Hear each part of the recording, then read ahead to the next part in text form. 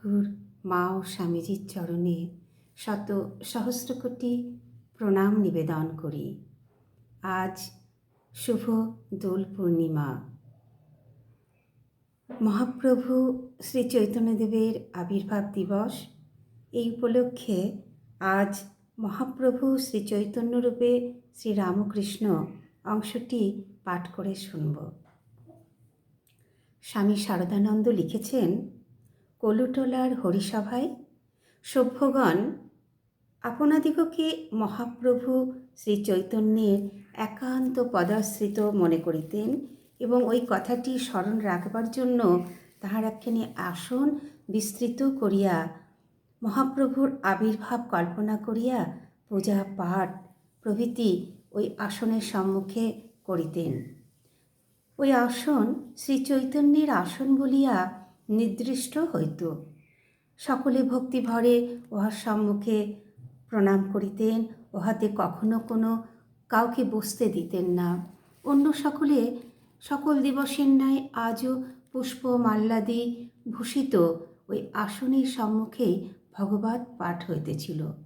পাঠক শ্রী শ্রী মহাপ্রভুকে হরিকথা শোনাইতেছেন ভাবিয়া ভক্তিভরে পাঠ করিতেছিলেন এবং শত্রুবৃন্দ তাহারই দিব্য আবির্ভাবের সম্মুখে বসিয়া হরিকথামৃত পান করিতেছিলেন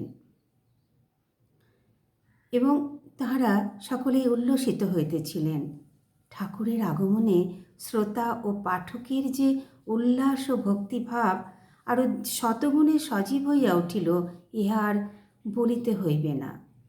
ভগবতের অমৃতপম কথা শুনিতে শুনিতে ঠাকুর আত্মহারা হয়ে গেলেন এবং শ্রী চৈতন্যসনের অভিমুখে সহসা ছুটিয়া যাইয়া তাহার উপর দাঁড়াইয়া গভীর সমাধিমগ্ন হইলেন এবং তাহার যে কিছুমাত্র আর প্রাণ সঞ্চার লক্ষিত হইল না, তাও বোঝা গেল।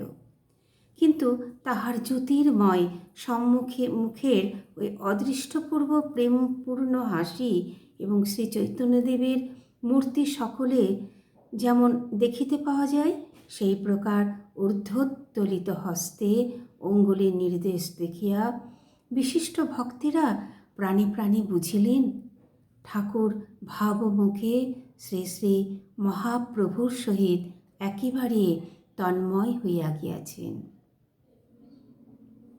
তাহার শরীর মন এবং ভগবান শ্রী শ্রী চৈতন্যের শরীর মনের মধ্যে স্থূল দৃষ্টে দেশ কাল এবং অন্য নানা বিষয়ের বিস্তর ব্যবধান যে রহিয়াছে, ভাবমুখে ঊর্ধ্বে উঠিয়া সে বিষয়ের কিছুমাত্র প্রত্যক্ষই তিনি আর করিতেছেন না।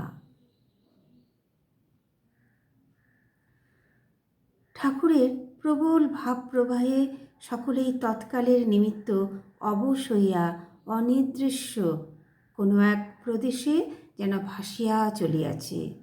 এইরূপ একটা অনির্বচনীয় আনন্দের উপলব্ধি করিয়া প্রথমে কিংকর্তব্য বিমূঢ় হইয়া পরে ওই অব্যক্ত ভাব প্রেরিত হইয়া সকলে মিলিয়া উচ্চরবে হরিধ্বনি করিয়া নাম সংকীর্তন আরম্ভ করিলেন। ক্রমে ওই কথা লোকমুখে বৈষ্ণব সমাজের সর্বত্র প্রচারিত হইল। ভগবান দাস বাবাজিও উহা শুনিতে পাইলেন।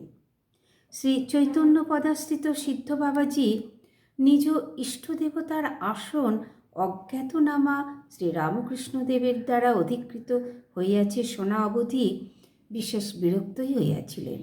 এমনকি ক্রোধান্ধ হইয়া তাহার উদ্দেশ্যে কটু কাটব্য বলিতে এবং তাহাকে ভণ্ড বলিয়া নির্দেশ করিতেও কুণ্ঠিত হন নাই।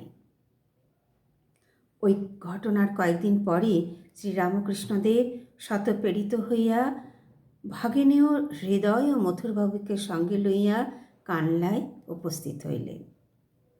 সেখানে তিনি বাবাজিকে দর্শন করিতে আসিয়াছেন এবং এই কথা সবাই সংবাদ দিয়ে দিলেন।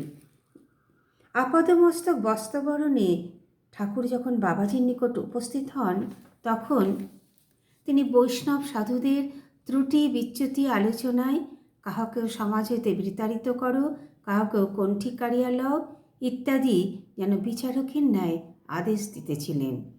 ভক্ত কল্যাণ জন্য যাহার আবির্ভাব, তাই প্রাচীন ভক্তকে মোহমুক্ত করিবার অভিপ্রায়ে অর্ধবাহ্য অবস্থায় দণ্ডায়মান হইয়া ঠাকুর বাবাজিকে কহেন, আমি জানি একমাত্র ভগবানই কর্তা, আর সকলেই অকর্তা।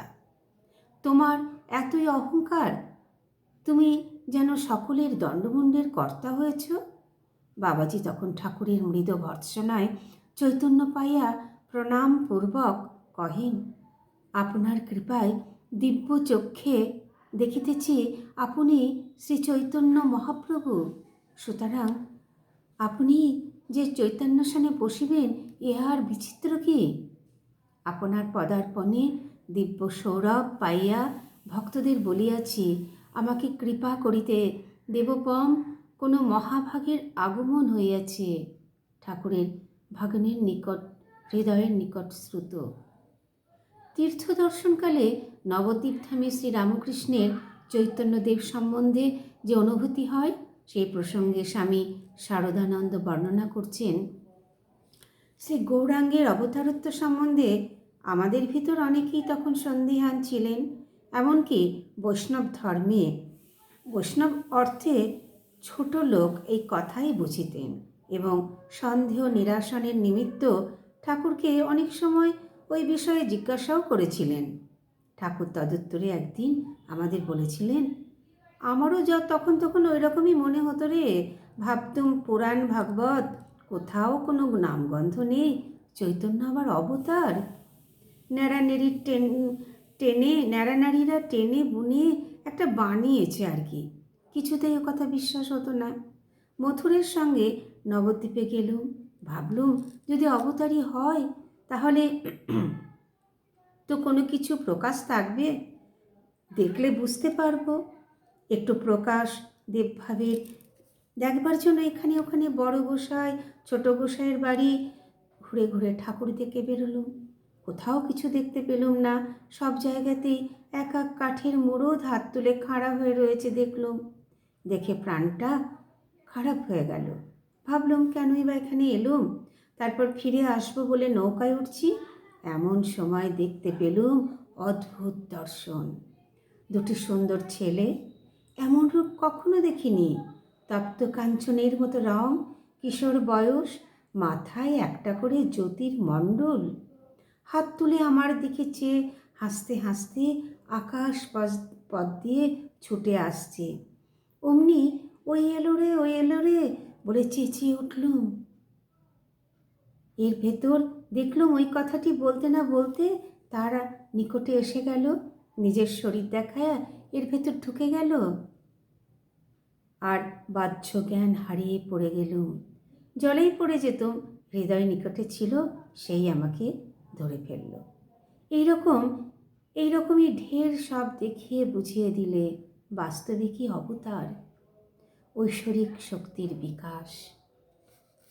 জয় ঠাকুর, জয় শ্রী চৈতন্যদেব মহাপ্রভু, প্রণাম।